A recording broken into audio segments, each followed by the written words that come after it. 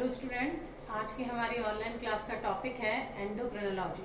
Endocrinology को पढ़ेंगे हम फिजियोलॉजी में। जो एंडोक्रिनोलॉजी है आपका यूनिट 3, इसको हम अलग अलग पार्ट में डिवाइड करके पढ़ेंगे। फर्स्ट पार्ट में हम सबसे पहले पढ़ेंगे हार्मोन्स के लिए। What is hormones? हार्मोन्स क्या होते हैं? Definition, type, function, chemical nature, transmission, feedback control system क्या है, सिक्रीशन। और इसके बाद हम एक के बाद एक ग्लैंड्स के लिए पढ़ेंगे। एंडोक्राइन ग्लैंड्स जो हैं उनके लिए पढ़ेंगे। तो ये जो हमारी यूनिट है वो अलग अलग पार्ट्स में डिवाइड है। हार्मोन्स, हार्मोन्स पढ़ चुके हो आप, छोटी क्लासेस में भी हार्मोन्स पढ़ा है। हार्मोन्स की खोज की थी सबसे पहले बेलिस एंड स्टार्लिंग्स। हार्मोन्स को स्टार्लिंग है, उन्होंने कहा था ये आर यूजिंग और एक्साइटिंग सब्सटेंस है। और उन्होंने इन हार्मोन को सबसे पहले, जो हार्मोन था सिक्रेटिन, इसको उन्होंने खोजा था म्यूकोसल सेल ऑफ ड्यूडेनियम के अंदर खोजा था। सो हार्मोन क्या है? Basically hormones are active chemical messenger of organic nature, chemical substance produce in the body that regulate the activity of cell और ऑर्गन।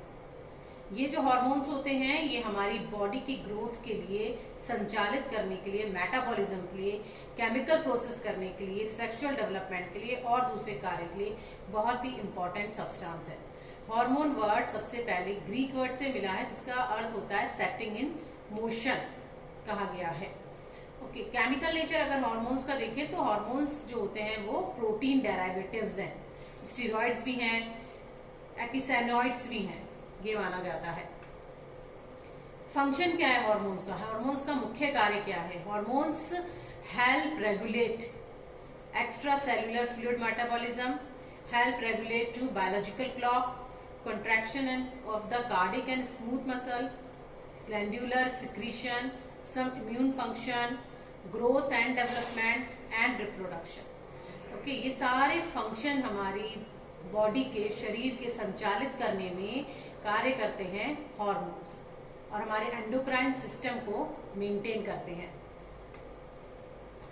सो हार्मोन्स सीक्रेट करने वाली जो ग्लैंड है वो एंडोक्राइन ग्लैंड होती है। तो एक एंडोक्राइन ग्लैंड सब मिलके क्या बना लेते हैं? एक एंडोक्राइन सिस्टम बना लेते हैं जो सीक्रेट करते हैं केमिकल मैसेज। केमिकल मैसेज क्योंकि ये केमिकल के थ्रू एक ग्लैंड से उसके टारगेट ऑर्गन पे जहां पे इसको पहुंचाना है वहां तक इसको किसके थ्रू पहुंचाता है? ब्लड के थ्रू, वाया ब्लड पहुंचाता है।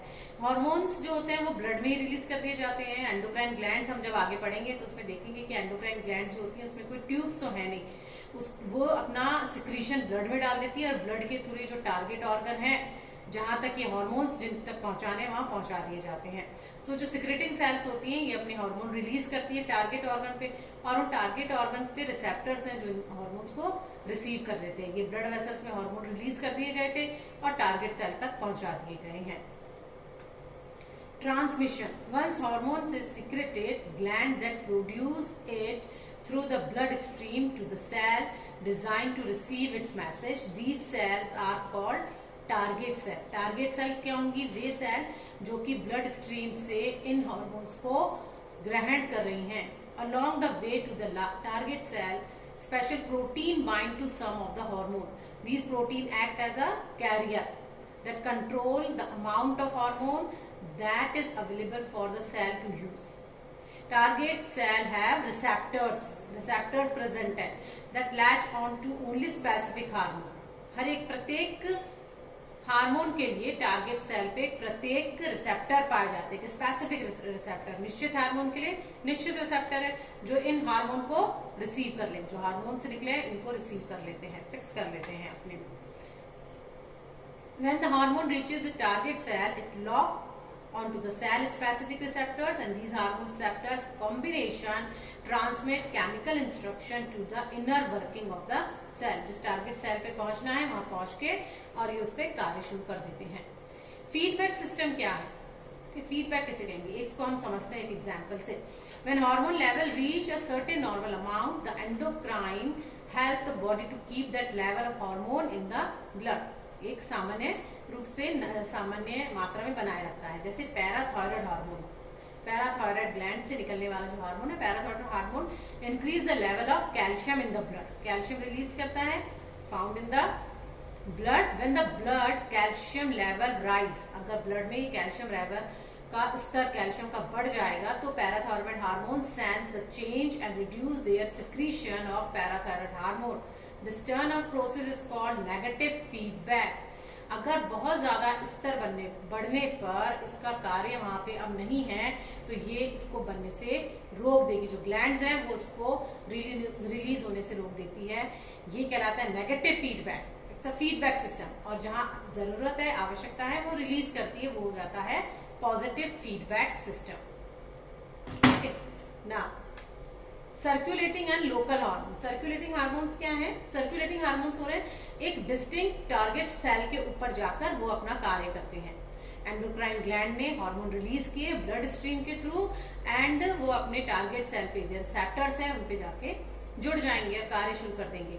But the local hormones are may be the paracrine और ऑटोक्राइन। पैराक्राइन मीन्स उसी के पास वाली सेल, नेबरिंग सेल के ऊपर जाके, उसी के पास वाली पड़ोसी सेल पे जाके अपना कार्य शुरू कर रहे हैं, तो ये पैराक्राइन हो गया।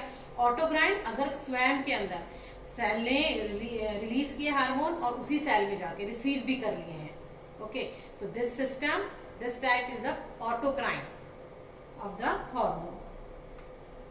Now control of hormone secretion. Hormone secretion का कंट्रोल कौन करेगा? Nervous system. नेचुरली जो नर्वस सिस्टम है, केमिकल चेंजेस है ब्लड में, ये हार्मोन सिक्रीशन को कंट्रोल करते हैं। कितने मात्रा में हार्मोन को निकलना है, नहीं निकलना है, उसका डिक्रीज, उसका इंक्रीजिंग और डिक्रीजिंग या रिवर्स। पॉजिटिव फीडबैक अभी पता है ना, नेगेटिव फीडबैक और पॉजिटिव फीडबैक। बढ़ रहा है, बहुत ज्यादा बढ़ गया है, रोक देना है, जरूरत पड़ रही है, रिलीज कर देना है। तो ये सब नर्वस सिस्टम ही कंट्रोल में लेता है। Thank you.